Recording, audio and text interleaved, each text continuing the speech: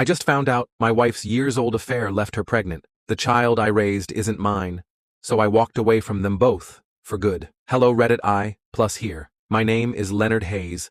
I'm 34 years old, and until recently, I thought I had everything a man could want. A steady job as a mechanical engineer, a modest but warm home in the suburbs of Kansas, and a small family that I cherished more than life itself. My wife Sophie and I had been married for 6 years, together for 9, and then there was my little boy, Evan, 5 years old, with an endless curiosity about everything from insects in the backyard to the stars in the sky. I thought Evan was mine. 2 weeks ago, I found out he wasn't. The test I shouldn't have taken. It all started with my younger sister, Grace. She's always been sharp-eyed, the type who notices things most people overlook. One evening over dinner, she blurted, "Leo, don't take this the wrong way, but doesn't Evan look nothing like you?" I laughed at first. He takes after his mother, same nose, same hair, same laugh, but Grace pressed. "I'm serious. You're tall, broad-shouldered with hazel eyes.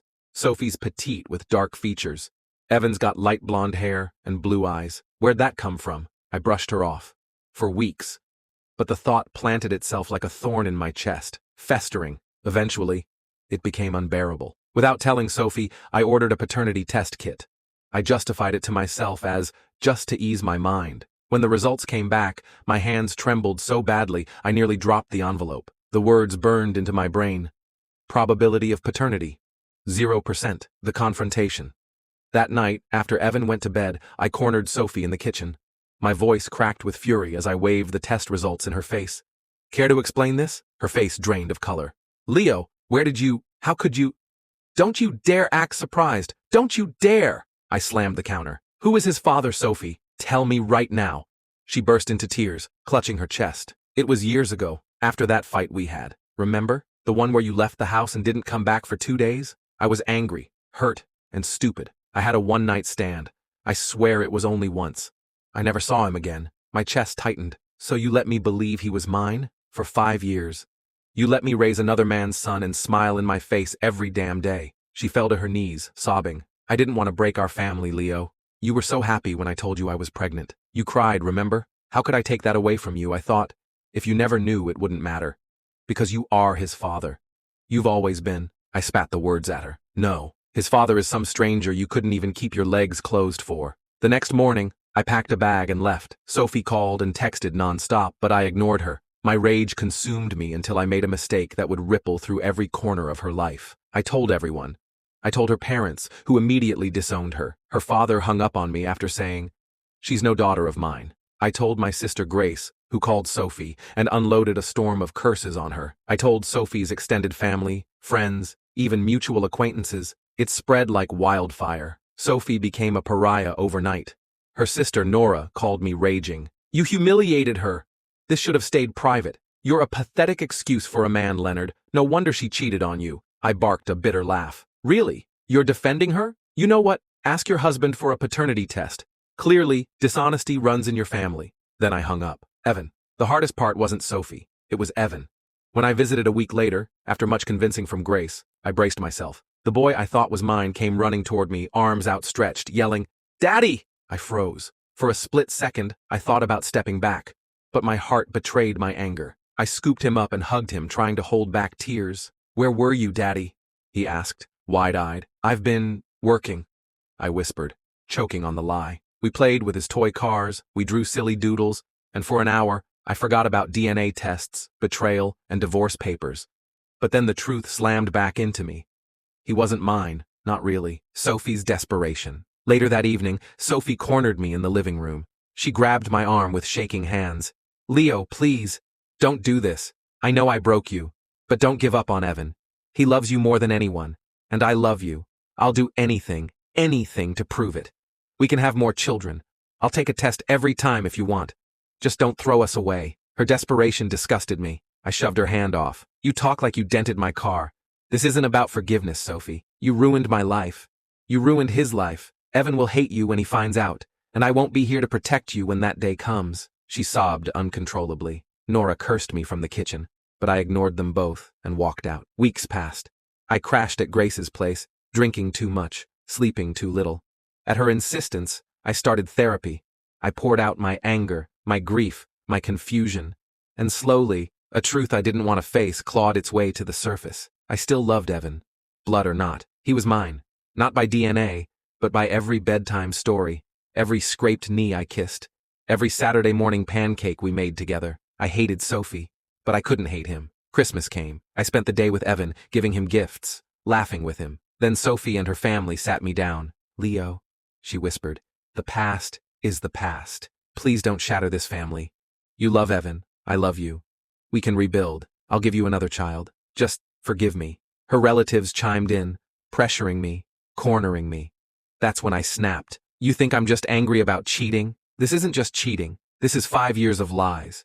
5 years of raising another man's child without knowing. I loved Evan with all my heart, but every time I look at him, I see your betrayal. I won't stay in this marriage. And if I can't have full custody of him, then I'll walk away completely. Don't call me again." I stood up, left, and never looked back. Now I've filed for divorce. My lawyer says custody will almost certainly go to Sophie, but I'm fighting for shared custody anyway. Sometimes, late at night, I wonder if I should have kept quiet, pretended nothing was wrong, kept my little boy and my family together. But then I remember Sophie's tears that night in the kitchen. Not from guilt, but from fear of being caught. I'll always love Evan. If he ever comes looking for me when he's older, I'll be here. But Sophie, she's a ghost to me now. And that's how DNA destroyed the life I thought I had. The divorce process was like stepping into quicksand. Every move I made seemed to drag me deeper into the muck. I had a good lawyer, Mr. Carraway, a wiry, sharp-eyed man in his 50s, with a reputation for being ruthless in family court. The first time I sat across from him, I laid everything out. The cheating, the hidden paternity, the lies. He listened quietly, hands steepled beneath his chin, then said, "Leonard, I'll be blunt. The court doesn't care about infidelity. What matters is the child's best interest. You've raised Evan since birth, so in the eyes of the law, you are his father, DNA or not. Custody battles won't hinge on biology here. You can fight for shared custody, but full custody? That's an uphill war." I sank back into the chair, exhausted. So she gets away with it. She lies to me, ruins my life, and I still have to play father to another man's child? He tapped his pen. "Whether you like it or not, you already are his father. The court will see it that way. The question is, are you willing to cut him off completely? Because if you try to go for all or nothing, you might lose everything." Sophie, on the other hand, seemed to believe tears could rewrite history. Every time I came to pick Evan up, she'd hover near the doorway, her eyes red, mascara streaking her cheeks. "Leo, please, can't we talk? Don't shut me out. We can fix this. We can make new memories." I would grit my teeth and reply the same every time. "I'm here for Evan." "Not you, Nora," her sister made things worse. One evening when I arrived, she met me on the porch, arms crossed, spitting venom. "You're pathetic, Leonard. Running to lawyers like a coward instead of being a man. You're destroying Evan's life because your ego's bruised." I clenched my jaw. "Stay out of this, Nora. This isn't your fight," she smirked. "Oh, it's my fight when my nephew's future is at stake. You're abandoning him. Just admit it. You're too weak to handle the truth." I walked past her without another word, but my fists ached to shut her mouth. The worst moments weren't with Sophie or Nora. They were with Evan. He was too young to understand, but old enough to notice something was wrong. "Daddy, why don't you sleep here anymore?" he asked one night, clutching his stuffed dinosaur. I swallowed hard. "Sometimes mommies and daddies need space, buddy, but I'll always see you." His eyes brimmed with tears. Did I do something bad? That nearly broke me. I hugged him tight and whispered, "No, you did nothing wrong. You're perfect, Evan, always." But after tucking him in, I sat in my car for 20 minutes, shaking with silent sobs. Sophie's parents refused to speak to her. Her father, a stern, church-going man named Franklin, even reached out to me. "Leonard," he said over the phone, "I can't believe my daughter could betray you like this. If you need anything, money, housing, support, consider me an ally, but I cannot stomach what she's done. She's dead to me." I didn't know what to say. Part of me wanted to thank him, but another part thought bitterly, "Easy for you to disown her. I'm the one who has to live in this mess." Meanwhile, Grace became my anchor. She let me stay in her spare bedroom, cooked for me when I forgot to eat, sat with me when I broke down. One night, as I sat staring at the divorce papers, she put her hand on mine. "Leo, whatever happens with Sophie, don't punish Evan for her mistake. He needs you more than she ever will." I nodded, tears burning my eyes. "I know. But every time I look at him, I see her betrayal." "Then stop looking at her. Look at him." Her words stuck. Therapy sessions became a lifeline. My therapist, Dr. Patel, a calm, soft-spoken man with silver hair, challenged me every week. "You say Evan isn't yours," he said once. "But whose arms does he run into when he's scared? Whose hand does he reach for when he's crossing the street? Fatherhood is not only genetic, it's relational. He knows you as dad, not anyone else." "But I can't forget the lie," I snapped. "You may not forget, but can you forgive? Not for Sophie's sake, but for your own peace of mind. And for Evan's." I didn't answer. Forgiveness felt impossible. But deep down, I knew Dr. Patel was right about one thing. Evan was innocent. That Christmas was brutal. After dinner, Sophie and Nora cornered me with their parents on speakerphone, begging for reconciliation. "Leo," Sophie whispered, trembling, "I made one mistake. One, and I've been loyal ever since. You love Evan. You love me. Please don't burn everything down." I stood up, heart pounding. "One mistake?" "Sophie, it wasn't one mistake. It was 5 years of lies. 5 years of watching me pour my soul into a child you knew might not be mine. That's not a mistake. That's cruelty." Her eyes widened, and she broke down, sobbing. Evan, thankfully, was asleep. Nora hissed at me. "You'll regret this. You're throwing away your family." I grabbed my coat. "I'm not throwing away my family. She already did." I left that night determined.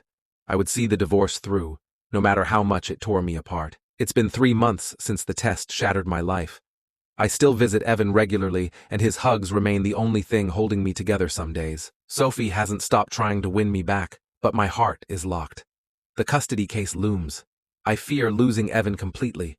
I fear being forced to pay child support for a boy who isn't mine, yet is somehow the most important person in my life. Every night I lie awake asking myself the same question. Am I betraying myself if I stay, for Evan, or betraying him if I leave? And I don't have an answer.